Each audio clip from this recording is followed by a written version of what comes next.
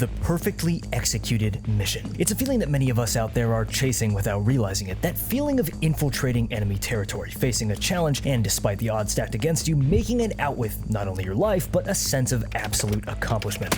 This is something that gamers and game designers alike have been acutely fascinated with back since the early days, from the coordinated raids of old-school MMORPGs to the highly curated set-piece missions of mid-2000s shooters, to, more recently, the freeform sandboxes of extraction-type games. There's something so enticing about sneaking in somewhere that you aren't supposed to be, stalking around like a predator, and making your exit when the time is right. It's just infinitely satisfying. But the more that I hear about it, it sounds like curating that feeling, the perfectly executed mission, is actually the key element sitting at the core of the design philosophy for Gray Zone Warfare, a game that you all should know that I have been keeping my eye on at this point. Today we're going to be breaking down a mission from the game, and some reflection by Spicy, a Czech ex-Special Operations Forces operator, say that 10 times fast, who lent his experience to the game's animations. There's also a little bit of new gameplay in there that we can break down, details about development, some of the weapons that we might see, etc. This discussion, I think, should shed some light on a question that many may be having: what do you do in this game, and how do you go about doing it?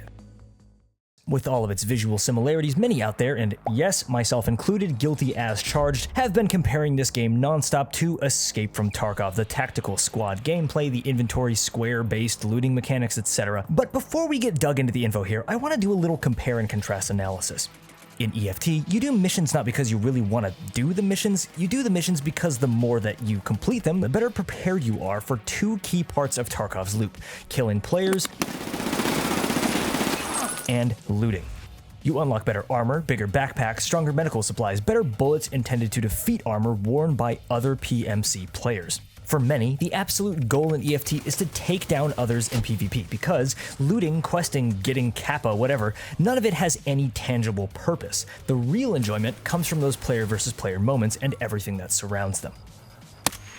Not sure. But if we look at an objective-based game, like Ghost Recon for example, or the Sniper Elite games, these are all about picking the perfect loadout for expertly completing your mission. Your goal isn't to do missions because you get money or gear out of it per se, but because the better that you do in a mission, the better and more effective you'll be at completing other more challenging missions down the line. It's all about that challenge, pursuit of that perfectly executed mission. While I haven't actually talked to the devs of GZW about this specifically, I do think that that is what they're going for. Okay, so back to the info.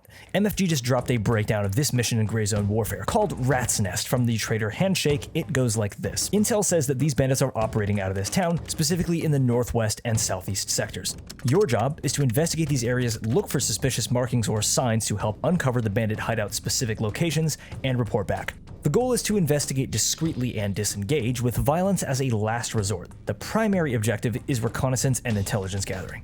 So if you remember the discussion with Sean McFate and the comparisons that I drew between real-world PMC activities in Gray Zone Warfare, I talked about how, in many situations, a PMC group will be tasked with finding something, scouting an area, etc. Well, it's not like you never fire your weapon in these jobs. You're rarely going to be tasked with go here, kill everyone. Real quick, a personal aside here. I'm an odd one out, but some of my favorite types of missions in video games are asset retrieval, what we all know as fetch quests. Hey, this thing is somewhere, go get it, bring it back.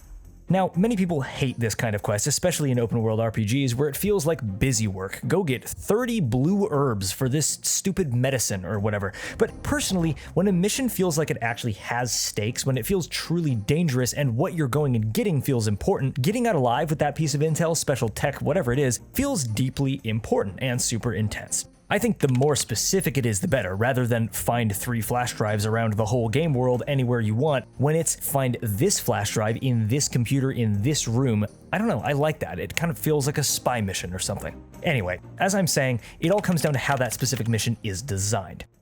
Spicy relays a bit of his real-life experience with asset retrieval in the field here. What you actually do when your job is to find something important and bring it back, and say you don't actually even know what it is you're looking for. So I will start search always clockwise. First, I will search from 1.5 meter to the ceiling. I will start from the door frame, and I search all the room from one spot. Then I will observe the room from the very same spot, but from the floor to 1.5 meters. I'm searching for intel. It's basically basically everything. It might be newspapers, thumb drives, CDs, whatever. It all comes down to the immediacy of the situation, he says. If you, say, had a team of 8 guys, you could set up a defendable position from various vantage points, keep watch while one team goes in to do the search and seizure of the asset. If you're short on time, however, and say you know there's a finite time span before the area becomes rich with potential resistance, and you only have 4 guys, let's say, the goal should be to get in and out as quick as physically possible. Once you've retrieved that asset, get as far away from the area in question as you can and quickly call for evac. Basically, Spicy says the enemy always have an advantage. They know the land's layouts, its tricks and secrets in a way that even the best planned team never could, and they are potentially unlimited in backup and resources in a way that not only you aren't, but also to varying degrees that you couldn't possibly anticipate.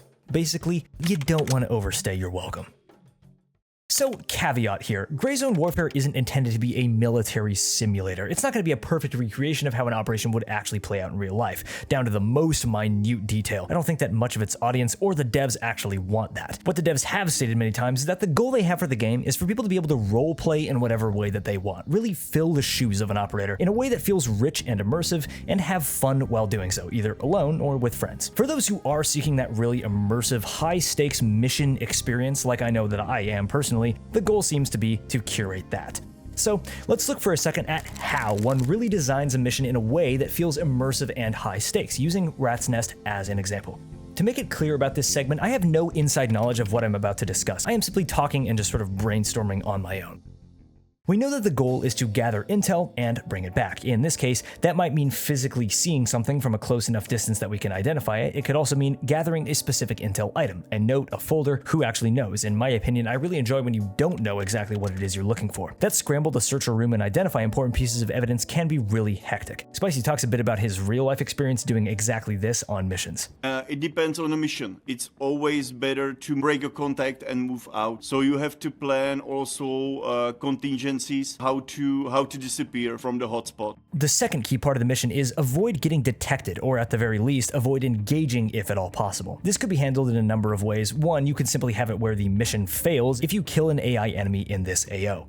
Personally, while that can be intense, trying to avoid that failure condition, it can force you to cheese missions in ways that feel a little bit cheap in my opinion, fooling or exploiting the AI pathfinding by kiting enemies around, etc. I think the ultimate way to actually handle this in a way that feels really immersive would be a Hitman-like rating system.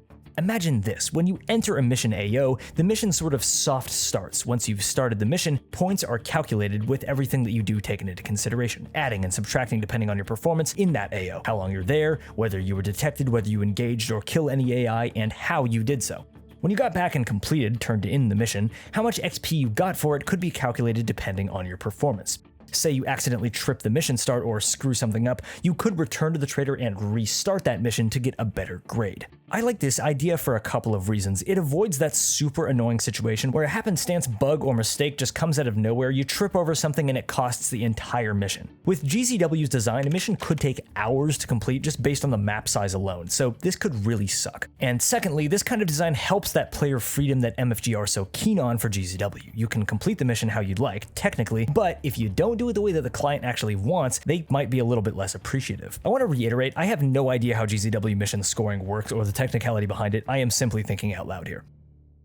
So let's take a look at those couple little quick gameplay clips that we saw and how reflective they actually are of the type of gameplay that we're going to see in the game. Firstly, right off the bat, I want to talk about this just because I actually forgot to in any of my previous videos on the game. Months ago, I was part of the group that saw a live demo and breakdown by Mara, the CEO of MFG. It was the first anything that anyone saw of the game itself, and it was a totally in development build. We didn't see much, mostly just Mara running around near a fob and some towns, as well as him free cam flying around the map for a bit. I bring this up because I went back to look at some of that footage recently, and yeah, the game really does look like what we're seeing here. The stream that we saw looked, at least graphically, identical to the trailers or these clips that we're seeing. I specifically remember noticing how good that UE5 lumen lighting looks, moving through shaded areas into the sunlight, the dappled sun coming through the jungle canopy. Mara also fired his gun, and all of the vegetation around him reacted in real time very noticeably. It's safe to say that this stuff you're seeing here is not pre-rendered or anything. While it'll be better to get our hands on it ourselves than just looking at a Discord stream, I just want to let you all know that if you've been skeptical, it actually really does look like this. One thing that you may notice gameplay-wise, a lot of NATO weapons. In all the trailers and demos, you mostly see M4 builds, Mark 18 mod zeros, that kind of thing. Well, I don't think I can actually show you right now. We saw the trader screens in detail in that old demo that I was just talking about, and there were quite a few other weapons, tons of mods, etc. I will say it actually makes sense setting-wise that PMCs like this would largely choose 5.56 or 7.62 NATO platforms. That's the reality of what most of these people choose IRL, so the PMC traders selling you that stuff makes a lot of sense, actually. There are for sure other platforms in the game. We see AKs for certain in some of the trailers, Czech stuff obviously like the Bren 2. Spicy specifically said that when he was doing animations for the game, he had to handle and train with a lot of older weapons. He specifically said World War II guns, and that he wasn't actually super used to doing that. It was a little bit of a challenge for him. If we look at this behind the scenes clip here, we can see for sure some of the stuff that they were doing screen tests with. A PK machine gun, what looks like an SVD, and then some older AKs and stuff that I for sure cannot identify. If you can, let me know in the comments. We also have this behind the scenes video, what looks like, I have no idea what I'm even looking at here. Maybe some weird Chinese RPGs or something, a 30mm machine gun. I actually have no idea. Anyway, if you guys can tell what this stuff is, let me know in the comments, but it looks like they were screen testing with a lot of this sort of Chinese and Russian military surplus. I'm sure the list of weapons will grow in the game over time, but the bandit factions will likely be using a lot of this older, more rickety stuff, which is kind of cool to see.